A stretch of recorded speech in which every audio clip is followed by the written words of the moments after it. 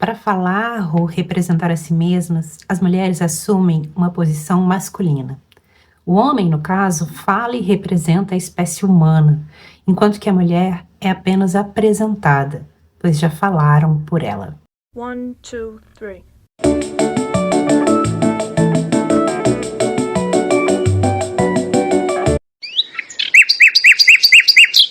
Hoje eu falo sobre a obra A Fala a Menos, a repressão do desejo na poesia feminina, obra da pesquisadora Silvia Paixão. Esse livro foi publicado em 1991 e a Silvia foi orientanda do Afonso Romano de Santana, e esse livro expressamente dialoga com o canibalismo amoroso do Afonso, o livro publicado por ele em 1984. Pois bem, essa obra da Silvia se dedica a estudar a expressão do desejo feminino na poesia escrita por mulheres brasileiras no século XIX e estudar a expressão, então, de um desejo recalcado, porque não pode ser expresso, e muito mais que isso, a expressão de uma fala silenciada, porque não pode ser feita por um sujeito que deve se manter no âmbito privado, no caso, o sujeito feminino. E essa expressão que dá título ao livro, a fala a menos, se refere à subtração linguística, social, psicológica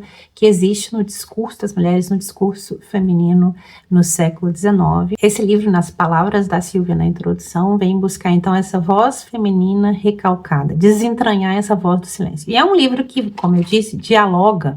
Já na introdução, ela vai citar expressamente trechos do Canibalismo Amoroso, obra do Afonso Romano de Santana. No Canibalismo Amoroso, o Afonso vai traçar representações do desejo na poesia feita no Entre Séculos no Brasil. Então ele vai trabalhar com romantismo, simbolismo, parnasianismo e pré-modernismo. E ele vai buscar essas representações do desejo em imagens, né? A imagem da monja enclausurada, da sereia, da esfinge, diversas imagens. E ele faz um estudo muito detalhado, e é um estudo que se insere no ramo que teve muita pujança na época que o livro foi publicado, né? Década de 80 ali, década até de 90, que é o estudo da literatura e psicanálise. Então ele faz uma análise, a psicanálise vai ser o fio condutor da leitura do Afonso, mas ele vai fazer um estudo interdisciplinar que vai muito além da literatura e da psicanálise, porque ele vai colocar o pé também na sociologia, na história, na antropologia.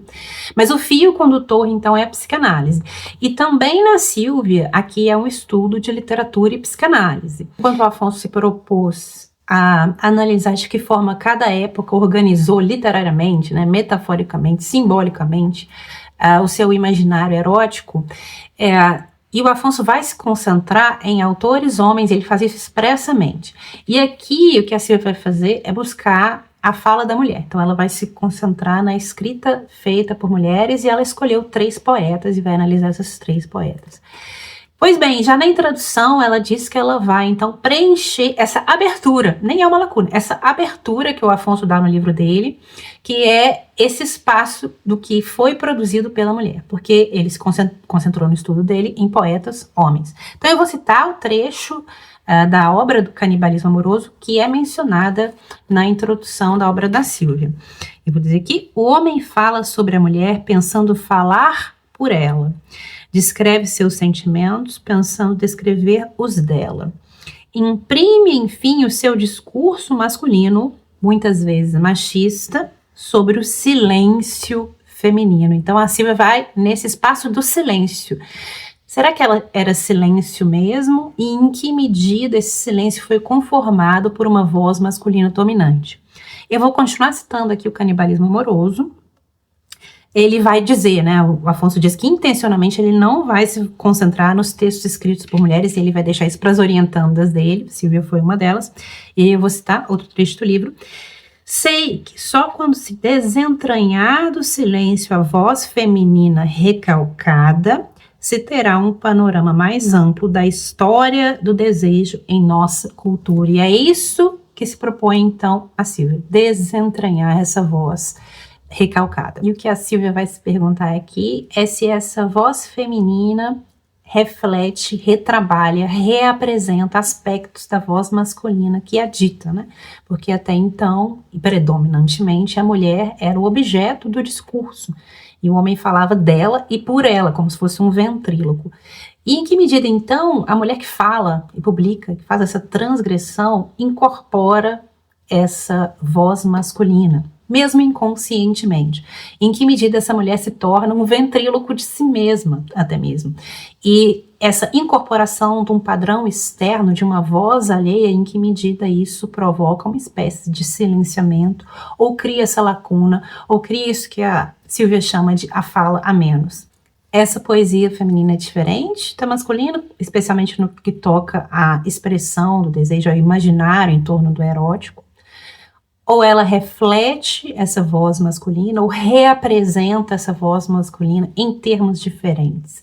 E aqui a gente pode talvez ampliar o debate e pensar em que medida os padrões estéticos abarcados pela escrita das mulheres nesse tempo refletem, retrabalham ou transgridem, subvertem os padrões estéticos estabelecidos pela voz masculina. Silvia vai trabalhar essa questão com foco no século XIX, e ela justifica essa escolha consciente porque foi o século em que as mulheres começaram a publicar em maior quantidade, especialmente por meio de veículos da imprensa dirigidos e ocupados por mulheres. E aí ela vai escolher um dos veículos mais famosos e que se tem um registro ainda resguardado, que é a revista A Mensageira. Então ela faz uma análise dessa revista, especialmente do que era veiculado nessa revista e como que era um discurso ainda contraditório, ao mesmo tempo que propunha a emancipação das mulheres no que concerne ao estudo, a educação e a profissionalização, veiculava textos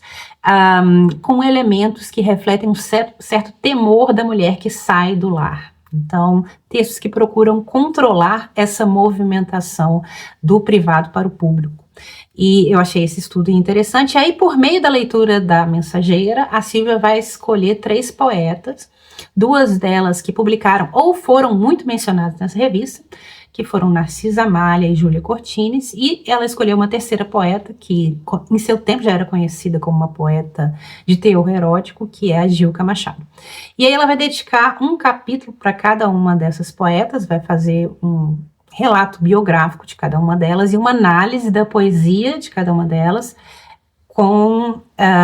por meio da análise literatura-psicanálise. Então, o fio condutor da Silvia também é esse eixo da psicanálise, que é um eixo, nessa época, principalmente, era um estudo muito pujante, e ainda é, especialmente nos países de línguas latinas, né? Os países anglo-saxões talvez tenham um certo receio de se embrenhar, né, nesse estudo da literatura e psicanálise. Não tem muita capilaridade, talvez, nesse país hoje, mas mesmo nesse país, na década de 80 e 90, havia muitos estudos nesse âmbito. Então, essa é a leitura que a Silvia vai fazer, né, de literatura e psicanálise. A psicanálise é o fio condutor, o ponto de vista pelo qual ela vai ler esses poemas e buscar o desejo, ou o recalque do desejo, e a sublimação e o silenciamento nesses poemas dessas 3 poetas. Então, primeiro ela analisa a revista Mensageira, depois cada uma das 3 poetas, e por fim ela vai fazer uma análise da recepção crítica da poesia dessas poetas, com foco na condescendência do olhar crítico masculino para a escrita feminina, e em que medida essa condescendência conduz a esse silenciamento, conduz a essa fala a menos, a essa repressão e a esse recalque. E essa é uma questão interessante aqui, extrapolando um pouco o livro, em que medida essa leitura condescendente, que até hoje a gente vê, vamos lembrar aí, talvez a crônica do Antônio Prata sobre a escolha de autoras para o vestibular da FUVEST, tem um olhar condescendente sobre a história cultural feita por mulheres. E mesmo hoje, mulheres que se dedicam à atividade crítica, elas em algum momento têm que assumir uma postura misógina para serem lidas como uma voz de autoridade. E é interessante analisar em que medida essa ideia de autoridade crítica e de voz com autoridade, dotada de autoridade, em que medida essa é uma ideia misógina, que incorpora valores masculinos. Então, voltando para o livro, a análise da Silvia vem propor que o olhar crítico que determina valores estéticos com padrão masculino já coloca a mulher em uma gaiola que a predispõe a ser julgada de forma condescendente. Então, a mulher fica presa em um círculo vicioso. Ela não pode falar de determinadas formas, aqui a gente está falando do século XIX, tá? Não pode falar de determinadas formas e sobre determinados temas, e porque não faz isso, ela é julgada como algo inferior. No próprio título, a gente já pode depreender a análise psicanalítica que a Silvia vai fazer dessa escrita feminina, porque o feminino aqui é definido como ausência, a partir da ausência, a partir da falta, e o masculino é tomado como modelo. O que a Silvia vai argumentar aqui é que essa poesia feita por mulheres, por si só, já é uma poesia enclausurada, porque é submetida a valores impostos de fora. Mas especialmente quando se debruça sobre o desejo feminino, essa é uma poesia reprimida, porque a fala do desejo não pode existir, o sujeito que fala esse desejo, se é o sujeito feminino, não pode falar, e esse desejo, especialmente nesse sujeito feminino, mas não só, mas especialmente nele, sequer esse desejo pode existir. Então, não é apenas a fala a menos, é a fala a menos, o silenciamento e o desejo recalcado. Em que medida a mulher, que era objeto do discurso masculino, quando trata da mulher ou do seu desejo, em que medida a mulher, em seu próprio discurso, em sua própria voz, se trata como objeto? Essa é uma outra pergunta interessante. Com relação a esse título, A Fala Menos, há um prefácio aqui da Heloísa Buarque de Holanda que é bem interessante, em que a Heloísa vai argumentar que o silêncio não é uma fraqueza, mas uma estratégia discursiva das autoras do século XIX para se expressarem naquele contexto, que é um contexto bastante enclausurado. Então é interessante pensar também o silenciamento como estratégia. E esse tema é interessante para além da literatura, porque o que uma mulher deseja, o que um sujeito deseja, diz muito sobre o que ele é e o que ele faz. E se um sujeito não pode desejar, ele não pode ser. Então essa é uma discussão interessante também. Bom, ela faz uma análise crítica, do ponto de vista psicanalítico, da poesia da Narcisa Malha, da Júlia Cortines e da Gilca Machado. Então, esse é um estudo que foi precursor também, vamos lembrar que a gente está em 1991, das análises posteriores que se fizeram dessas escritoras. Naquele tempo, né, anos 80, anos 90, dessas autoras, apenas a Gilca tinha sido mais estudada, as obras estavam mais disponibilizadas.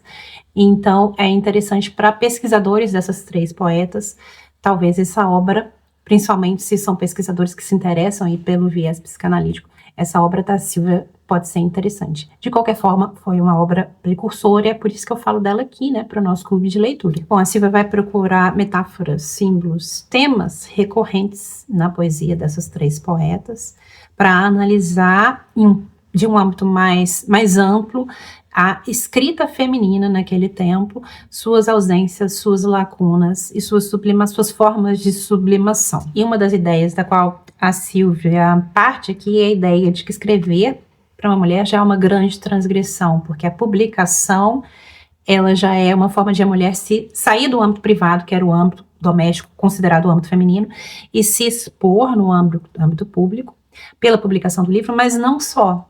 A leitura da obra traz de volta a reflexão para o âmbito privado. E em que medida, então, obras produzidas por uma mulher são uma transgressão do privado para o público, mas não só. Elas são uma expressão do sujeito, mas quando lidas, elas são também instrumentos de formação de sujeitos. Então, há uma dupla transgressão aí. Isso é uma observação que eu faço. Não está na Silvia, não. Mas o ponto da transgressão privado-público é um ponto do qual ela parte. Aqui eu vou citar um trecho no início aqui da reflexão dela. Escrever é também mostrar o que existe mais íntimo no ser, e daí o foco também no desejo, né? As suas fantasias, os seus desejos e ideais, constituindo uma mudança na esfera particular que deve observar algumas leis, sobretudo em se tratando da mulher, cujo domínio é restrito ao espaço privado. Escrever para a mulher constitui um ato de rebeldia, uma transgressão à ordem pré-estabelecida, que a gente está falando do século XIX, né? E aqui é bom pontuar, existiram mulheres que escreveram, mulheres que se expunham, que faziam palestras, que estavam efetivamente atualmente no âmbito público, mas a prescrição moral é de que isso seria uma transgressão, que a mulher deveria se ater ao âmbito privado, né? Então essa diferença entre o que era prescrito moralmente para a mulher e o que a mulher fazia, né? Não é que as mulheres estavam presas dentro de casa, elas também atuavam no âmbito público, mas em que medida isso era visto como uma transgressão ou uma prescrição moral? Continuando aqui, talvez seja esse o motivo porque encontramos na literatura feminina um sinal a menos, indicando a ausência de uma fala que, no entanto, existe enquanto potência, mas se intimida na procura de brechas por onde possa transpor os limites a ela designados. Então, o livro feminino, ele é duplamente transgressor. Primeiro, ele sai da esfera privada, depois ele volta a ela e forma sujeitos, né? Em que medida, então, esse objeto da literatura ganha voz, que era a mulher. E o que a Silvia vai buscar aqui não é apenas a representação do desejo, do silenciamento do desejo, mas também da repressão, do recalque, da sublimação. Isso tudo ela vai também se utilizar dos instrumentos da psicanálise para fazer essas leituras. E ela faz essa análise para defender o ponto que, para ela, a grande questão da literatura feita por mulheres no Brasil no século XIX é a questão da fala camuflada, especialmente a fala do desejo, né? Em que medida a produção literária das mulheres nesse local, nesse tempo, é expressão, então, de uma fala a menos. Especialmente no capítulo dedicado à leitura crítica da escrita das mulheres, leitura crítica efetuada no século XIX por homens, enfim, é a expressão, então, de uma mentalidade segundo a qual o homem é como um mecenas intelectual que faz uma concessão para que a mulher ocupe aquele espaço público, espaço de cultura, e ele cobra por essa concessão, e cobra caro. E de que forma isso era uma expressão de uma mentalidade na qual se enaltecia a mulher para mantê-la enclausurada? Em que medida a mulher, então, para ocupar esses espaços, em que medida a fala dessa mulher incorpora essa maneira de pensar a mulher como subalterna e reproduz esse discurso masculino. Essa discussão ela é bastante interessante porque a gente pode trazer essa discussão para os tempos de hoje, né? O que é considerado autoridade crítica hoje,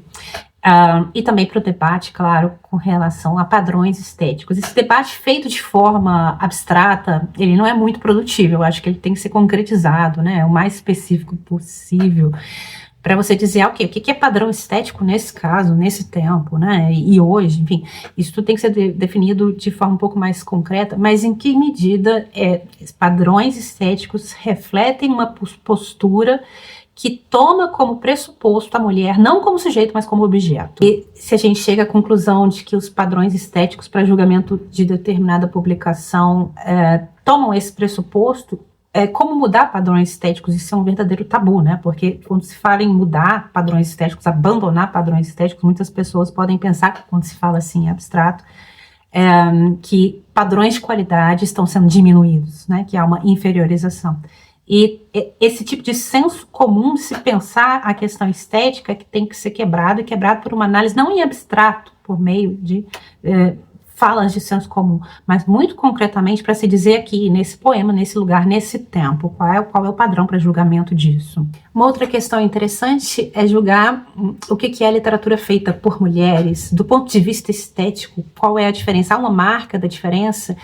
E essa marca se expressa por incorporação de fatores considerados femininos. E quem diz o que é feminino e masculino, né? Será que a incorporação de fatores considerados femininos, no fundo, não é uma incorporação de uma voz masculina que determina o que é essa duplicidade de valores, o que é feminino, o que é masculino? Enfim, essa é uma discussão interessante também de se fazer. Quando a gente fala de feminino e masculino, do que a gente está falando do ponto de vista estético? Porque quando a gente está falando de discurso crítico, a gente está falando de autoridade e a gente está falando de modelos permitidos, modelos aceitos. E como você fala o proibido dentro de modelos permitidos? Como você, quando o sujeito é proibido de falar, como você sequer fala, né? São discussões interessantes para a gente analisar essas autoras consideradas silenciadas, porque a gente vai se questionar de onde vem esse silêncio e por quê. E por que essa ausência foi lida como silêncio? Porque essa é uma outra questão interessante de se ver, e esse é o ponto da Heloísa Buarque de Holanda. Será que esse silêncio não pode ser lido como estratégia discursiva? E para fazer essa leitura, será que a gente não precisa de critérios diferentes? Outra questão que a gente pode fazer é em que medida essa fala a menos não seria expressão, não seria determinada pelo olhar condescendente da crítica, que é fruto de uma determinada perspectiva, uma determinada escolha, de uma determinada codificação entre masculino e feminino e da escolha de critérios estéticos derivados dessa codificação em determinado tempo, em determinado lugar. O trecho que eu li no início do vídeo é uma provocação nesse sentido, e eu vou continuar algumas páginas à frente, nessa mesma discussão, com as palavras da Silvia, quando ela passou a analisar literatura feita por mulheres no século XIX. O que me chamou a atenção de início foi precisamente o fato de não termos conhecimento ou informações a respeito das escritoras do final do século, que ela coloca nesses termos. Não é que elas não existiram, a gente não tem conhecimento. Por que esse silêncio em relação à mulher nesse período? Né? Silêncio em relação à produção cultural da mulher, o que é diferente de ausência de produção cultural. As respostas sempre procuravam explicações na pobreza dos versos ou até na má qualidade dos mesmos. Seria mesmo esse o motivo? Eu me perguntava. E se o fosse, por que os versos da mulher tinham sempre que ser pobres e de má qualidade? Eu deixo essa pergunta para vocês, vamos discutir aí esses temas. Espero que tenham gostado do vídeo e eu vejo vocês no próximo livro, no próximo vídeo.